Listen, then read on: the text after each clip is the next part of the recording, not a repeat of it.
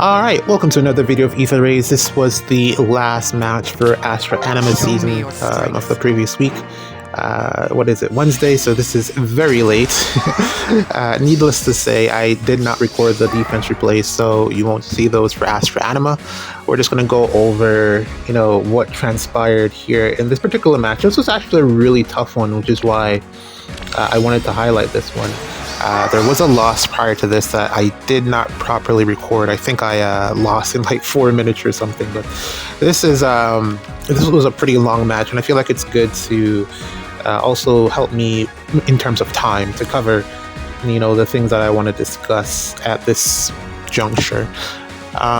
So yeah, this was, as you can see here, the layout of the opposing team's defense. Unit selection seems very simple, but matching into this, it was actually really difficult trying to figure out what team to use against this. Emblem Lucina, this was like the 4th time I played against her for the week, was actually really problematic. Lynn here, as you can see, failing to win that speed check. That's not even the issue, which is what I realized shortly after. Yes, this looks like a really simple defense on paper, but the units that I brought actually made it. I don't know if it's units that I brought or just the team compositions that I had for the week, but a lot of my initiators in terms of range units, which you probably want to go range for this unless you're going to try to tank it, because this is actually something that you could potentially tank. Aside from the what's her face over there, the red sword, Celica.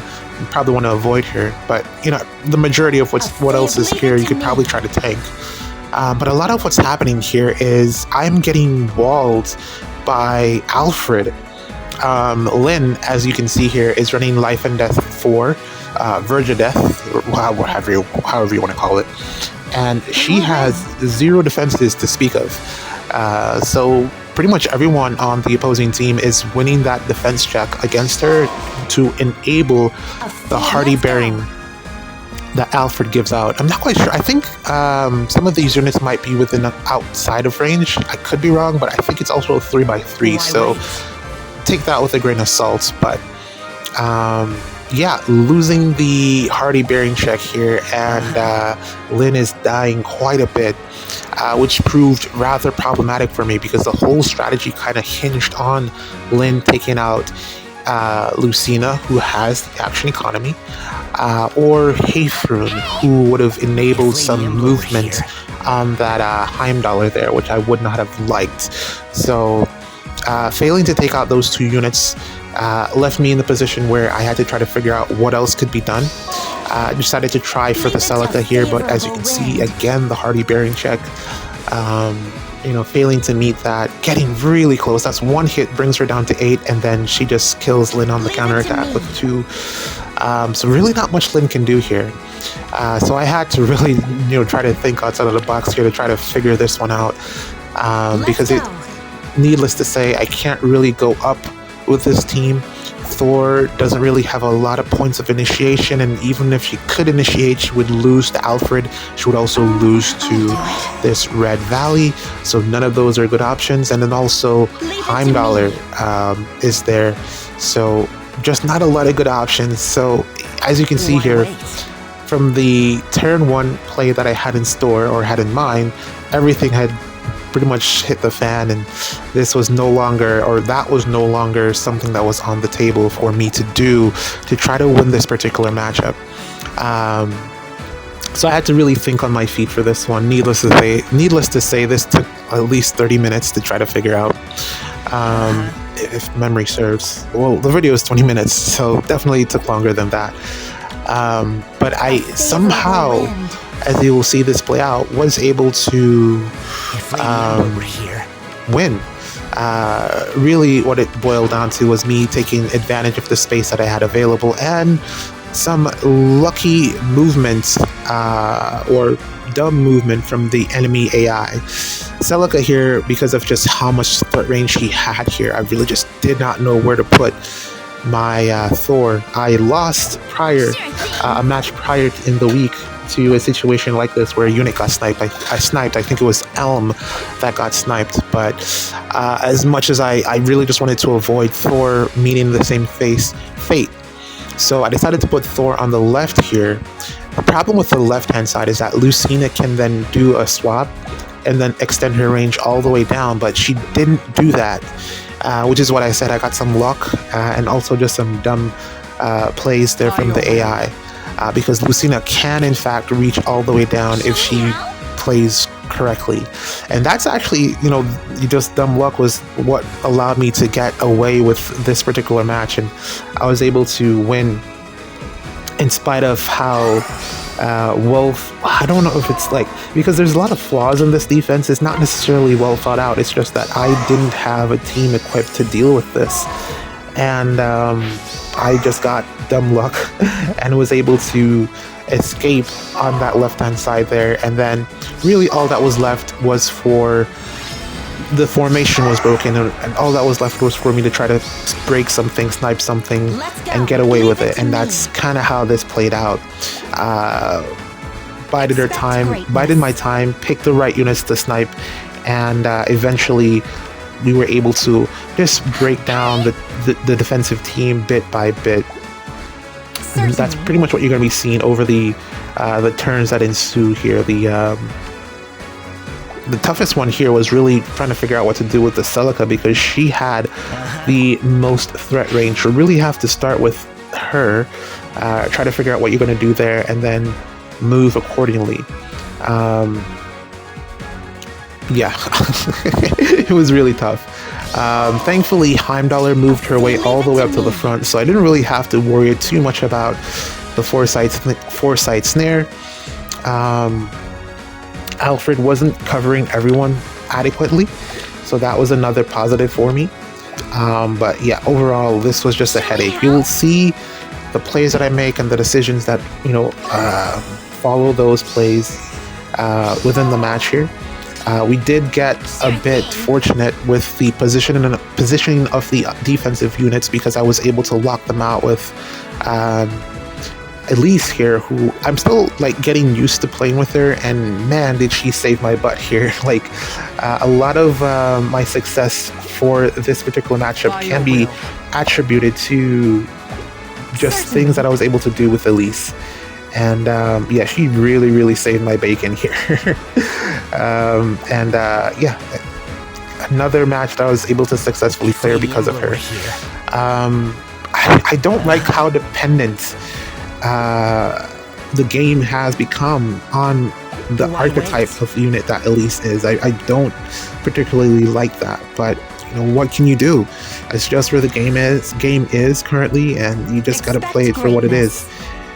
Hopefully we get more options in the short term that can assist us with getting maps like this solved without having to depend on someone as strong as Elise, but that's to be seen. And I guess this is probably a good point to transition into the banner, the kids banner, and how strong the units on that banner are. Looking at the options, I want to say the Edelgard looks really good with that. I like a lot of her kit. I think there's a lot of potential there in terms of what you can do with it. And then Felix is just another T Felix, pretty much, just stronger, more damage output, pretty much the same amount of actions, just hits harder.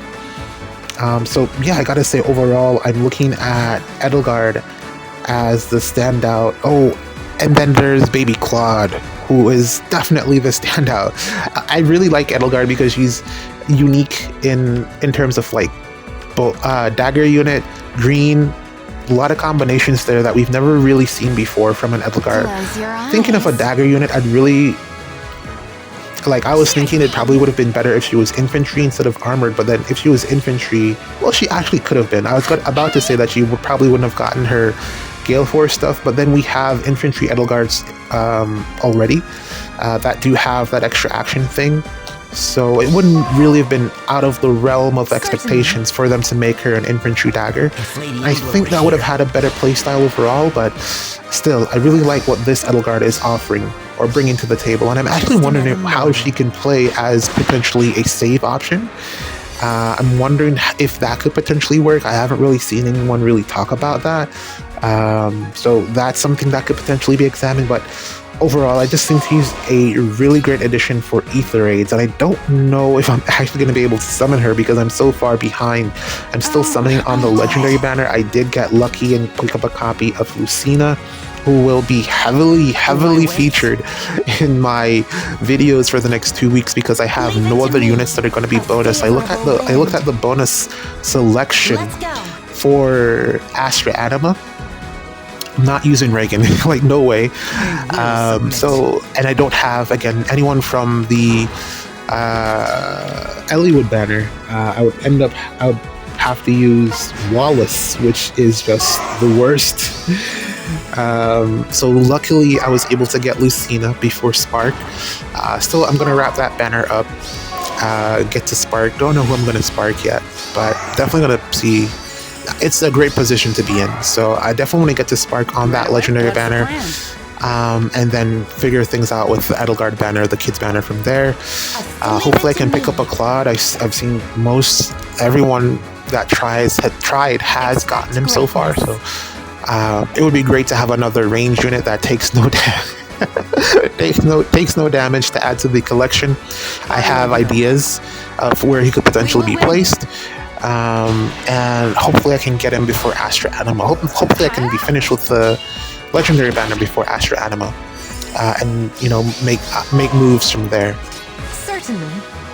Man, I got really super lucky with this particular match. It just all kind of, that initial once Lucina failed to make that positional swap and come down and take out Thor, I knew that I had a chance to win from there, and you can see me just taking advantage of that from there if you're still watching and not just listening to what I'm rambling on about. But yeah, a lot of warp action, a lot of the fire terrain from Edelgard's flame strat or flame, whatever that A skill is called on Emblem Edelgard, that really came in clutch here with restricting the movement of the ranged units on the opposing team. Winter Edelgard is still one of my favorites because she has all of the pieces. She's just lacking damage output now, and I guess you can even supplement that with favor and exposure, a lot of different ways that you can boost her damage, but she fall off because of that damage output. But I'm pretty sure, like, if you tried, you can make her work right now with all of the armor skills that are available in the game, and the fact that she just ignores Miracle. Still one of the most fantastic things about her. So still one of my favorite Edelgards. Would love to go back to her, but we're in a whole different meta. But yeah, Lucina, Emblem Lucina will feature heavily in pretty much all of my teams for the next few weeks. I have no other bonus units aside from Wallace. No way I'm using Wallace, so we're just gonna have to figure things out with Lucina. So far for Light and Dark Season, I've played 2 matches. First one is a big fat loss that I think I actually have it recorded, so I'll probably put that one out. But the second one was a win. Thankfully we matched into an easier match. I was able to get through that one successfully, but that one I failed to record. So what are you gonna do? But yeah, the first match with Lucina really wasn't much that I could do. That one I'll talk more about it, but it kind of boiled in the video, but it kind of boiled down to me bringing Sedith, hoping that he would help me with the firepower situation, because I was anticipating that I would miss damage output with the Lucina ring not being a thing, but I actually didn't really have too much of a hard time killing things regardless of the Lucina ring, because it's not fire season, so there's no Elise. I don't have Lyn either, so I don't really have the option of missing that first hit. I was thinking, since I can't miss the first hit, let's just go all in on damage and try to blow them up with as much damage output as possible on the first hit. And Sedith was supposed to assist with that, but I ended up losing a speed check to a New Year's Balder with Potence, and there was nothing I could do. I couldn't win. And the Balder there was reflex on the team because you really can't kill anything without reflex, like I said. And to speak of the Edelgard and the Claude as well, the method that has been introduced now to counter reflex damage and then also boost your damage is very interesting. I was really wondering what they would do to counter all of this reflex damage that is currently in the meta, and I really didn't anticipate them going down this path. Watch yourself. Essentially, Fall Swipe or Focus Sash, as Tacho called it, which essentially limits the damage to 1 or 0, depending on the situation. And it's kind of interesting how that will interact with reflex moving forward, because essentially what it means is that, like, Edelgard attacks into Black Knight, does 1 damage. Black Knight has nothing to reflex because it's just 1 damage, so it's really just going to be all his hit. And then Edelgard takes that full hit, and then she's able to reflect all of that damage into Black Knight and take him out. So that's a very interesting mechanic that they've introduced. I don't know if I like it, because the precedent that it sets is that if this were to somehow, or eventually, of course, it's going to end up, well, it's already on an armored unit, which is why I was saying Edelgard makes an interesting save option, especially if you can figure out how to make her a near save. It's already on an armored option, so if this is a save unit that we're going to have to come across, what do you really do about that, aside from attack her with Elise? Like, you're getting hit with a big hit, and not it's the fact that she's green. Boulder's probably going to struggle a bit there. Even with the Braves, Boulder's probably still going to struggle a bit there. What are you really attacking into that Edelgard with? Miracle is probably going to have to be your namesake or your savior, because I don't see how much damage, like, you have to have Boulder level damage reductions to really survive against that counterattack from Edelgard. Or maybe no follow-up will help, so that she doesn't get that actual follow-up hit. So I think that might also be your saving grace as well, but she might not even need that. Oh, actually, I think she does, based on how it's worded. She needs that follow-up hit to get the damage reflect. But overall, I think she's a very interesting unit, and this is a very interesting direction forward because of the fact that it's on Claude. And you can just stick Claude on defense, and your opponent just has to figure it out. Like, what do you do about that, you know? That's not something that I want to match into anytime soon. I don't want to deal with that, because it's already a struggle dealing with Alfred, as you can see here, me struggling to take him out. So having a Claude as well, to have to try to figure out how to get around him, as well as this Alfred, is just a lot to consider. On top of potentially a Valley, a lot of things to consider that just won't die on defense, and I don't like this. It makes the game even harder than it already is, and it just means basically you have to summon for the new units. You can't really build an older unit and expect them to do well against something like this Claude and Edelgard. You pretty much have to summon for the new units, and it completely devalues everything old. Don't like where this is headed, and it's going to be even worse when they start taking these skills off of these units and putting them on more new units. The same thing that they've done with Reflex, of course, which has always been in the game, but just grew exponentially over the past couple of months, in terms of what it provides and how important it is to the game. This effect, we're probably going to see the same thing with it throughout the rest of the year, and then the question is now, how do you counter this? How do you counter this? Patience was fine in and of itself, because there was still some counterplay to that in the form of Hardy Bearing, but this Edelgard thing, like, what do you even do? Like, I don't even know what to call it. I'm just calling it the Edelgard thing because Edelgard is a monster with it. Claude is even worse. But yeah, this is a whole new meta that we're heading into. A whole new meta game. A lot of your units probably won't even be usable anymore in the upcoming weeks. Why wait? Yeah, a lot of not fun stuff, man. I really do. It feels like if I were to set up a game and we're getting to end game, these feel like end game units. Not to doom and gloom anything, but I don't see how you can make something better than these. And credit to the devs for always pulling something out of the air and putting it on the table and saying, here you go, we top this. Credit to them for figuring it out, but I really just don't know where else you go from here. The ceiling is very, very high right now, and I don't know how you come back down. GG's. See you in the next one.